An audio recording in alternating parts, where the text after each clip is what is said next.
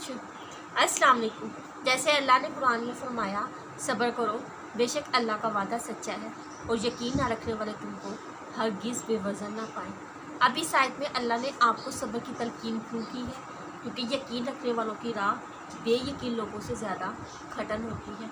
आप जब यकीन का रास्ता चुनते हैं, वो रास्ता हर उस शय से भरा होता है जो आपको गुमराह कर सके।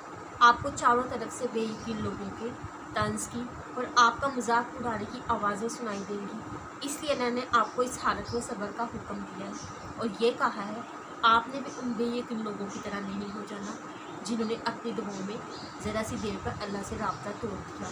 बस कर।